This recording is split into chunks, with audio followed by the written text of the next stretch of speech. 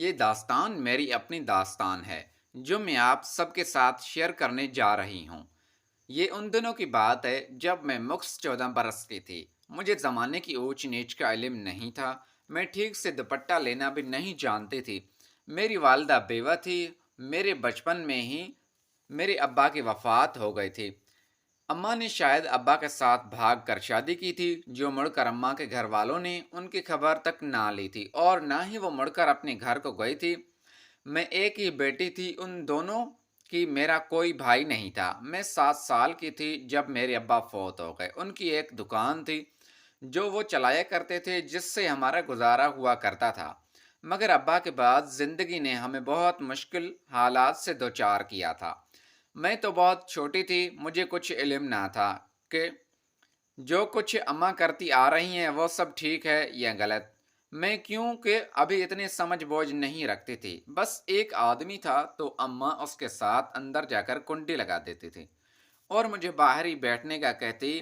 مگر جب بھی وہ آدمی باہر نکلتا تو اپنے بٹن بند کرتے ہوئے جاتا، اور اس کے بعد اماں کے پاس بہت سارے پیسے ہوتے جو ہم گھر کا سودا سلف لاتے۔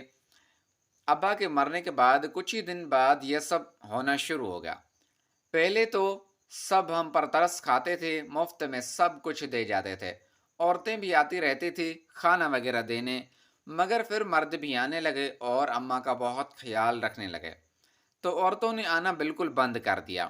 کئی بار تو ایسا ہوا کہ محلے والوں نے شکایت لگانا شروع کر دی کہ بیوہ کسی ڈائن سے کم نہیں ہوتی، سکینہ کو فوراً اس محلے سے بے دخل کروا دیا جائے، یہ شریفوں کا محلہ ہے، یہاں سب زیادہ دن نہیں چلے گا۔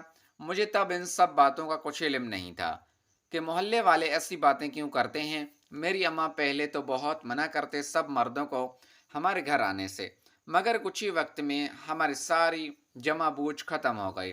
اس سے کچھ وقت پہلے تو ہماری زندگی بہت اچھی چل رہی تھی۔ اماں ابا کی پسند کی شادی ہوئی تھی۔ اماں بے حد خوبصورت تھی، ان کی خوبصورتی کی تعریفیں محلے والے بھی کیا کرتے تھے۔ ایک دن ہمارے گھر میں سب کچھ ختم ہو گیا۔ میں اور امی 2 دن سے بھوکے تھے۔ بھوک کے مارے ہم دونوں کی جان نکل رہی تھی، خاص کر کے میری شام کا وقت تھا۔ میں اماں کے پاس آئی اور کہنے لگی، اماں مجھے بہت بھوک لگی ہے، کچھ کھلا دیں ورنہ میری جان نکل جائے گی۔ میں جانتی تھی اماں کے حالات اچھی نہیں ہیں، مگر میں پیٹ کے ہاتھوں مجبور تھی۔ تم فکر مت کرو میری بچی، میں کھانے کا بندوبست کرتی ہوں۔ مجھے بے حال ہوتا ہوا دیکھ کر اماں کہنے لگی، اور کسی آدمی کا نمبر ملا لیا اور اس سے کہا کہ تم میرے گھر آ جاؤ، میں تمہیں خوش کر دوں گی، مگر آتے ہوئے راشن لے آنا اور ساتھ ہی ایک بریانی بھی۔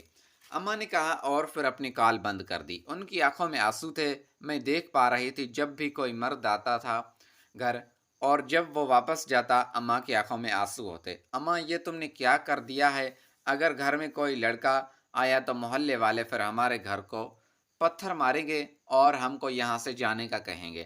میں بھوکی رہ لوں گی مگر گھر سے باہر نہیں رہیں گی۔ میری بات سن کر اماں رو پڑی اور مجھے سینے سے لگا لیا اور کہنے لگی، پاگل، ابھی تو میں کھانا لا کر دیتی ہوں، تم کچن میں بیٹھ کر کھانا کھا لینا، ٹھیک ہے؟ امی نے مجھے لاڈ کرتے ہوئے کہا۔ میں نے ہامیں بھر دی کیونکہ مجھے بہت بھوک لگی تھی۔ کچھ دیر بعد ایک انکل گھر آئے، مجھے امی نے بریانی ڈال کر دی، میں وہ کھانے لگی۔ امی اس آدمی کے ساتھ کمرے میں چلی گئی اور دروازہ اندر سے بند کر دیا۔ وہ اندر کیا کرتی تھی اور نہ ہی میں نے اس وقت سوچا کیونکہ مجھے بہت بھوک لگی تھی۔ میں جلدی جلدی سے کھانا کھانے لگی اور من بھر کر کھانا کھایا۔ اس کے بعد میں وہی کچن میں بیٹھ گئی کیونکہ امی نے مجھے باہر آنے سے منع کیا تھا۔ تقریباً 1 گھنٹے کے بعد وہ آدمی کمرے سے باہر نکلا اور اپنے بٹن باندھتا ہوا گھر سے باہر نکل گیا۔ میں بھی کچن سے نکل کر امی کے پاس آئی اور کہنے لگی، امی کو بھی تو بھوک لگی ہوگی، آپ نے اپنے لیے کھانا کیوں نہیں منگوایا؟ میں گھر میں کھانا بنا کر کھا لوں گی۔ امی مسکرا کر بولی۔ میری نظر ان کے گلے پر پڑی تو وہ سرخ ہوا تھا اور اس پر کچھ نشان بھی تھے۔ میں غور سے اماں کے گردن کو دیکھنے لگی تھی۔ دروازے پر کوئی ایک ساتھ دستک دینے لگا اور ساتھ ہی چلانے لگا۔ وہ سب محلے کی عورتیں تھیں۔ میں گھبرا گئی اور اماں کے ساتھ جانے لگے۔ میں سمجھ گئی تھی کہ وہ پھر سے ہمیں گھر اور یہ محلہ چھوڑنے کی دھمکی دینے آئی ہیں۔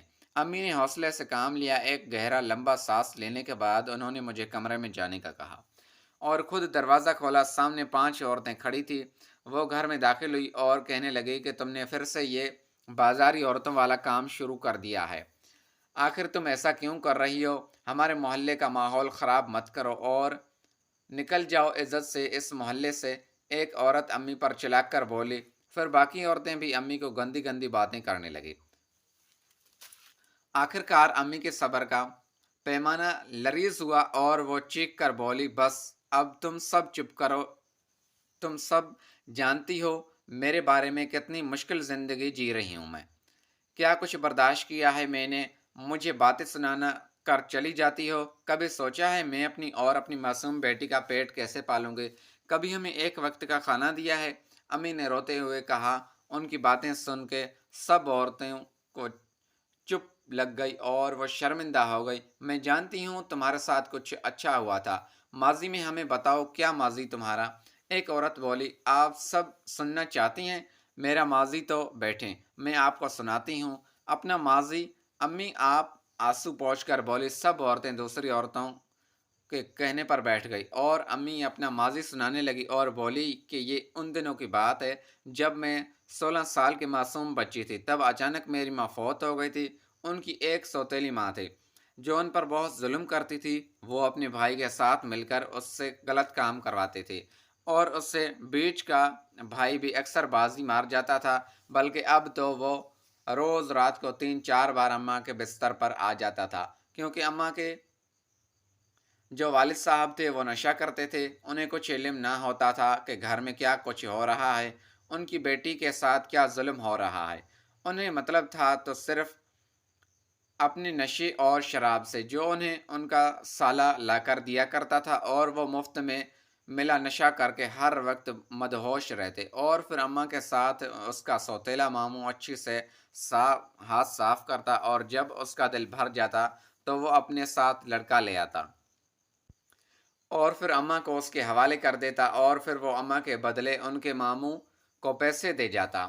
اماں جو بے حد خوبصورت تھی، اس لیے ان کی ڈیمانڈ بھی زیادہ تھی۔ جو لڑکا امی سے ملاقات کر کے جاتا، وہ اپنے دوستوں سے امی کی خوبصورتی اور ان کی اداؤں کے بارے میں بات ضرور کرتا، اور پھر وہ بھی اماں کو حاصل کرنے پہنچ جاتا۔ اماں کے سوتیلے ماموں ان سے خوب پیسے لیتے کیونکہ وہ امی کے طلبگار زیادہ ہوتے۔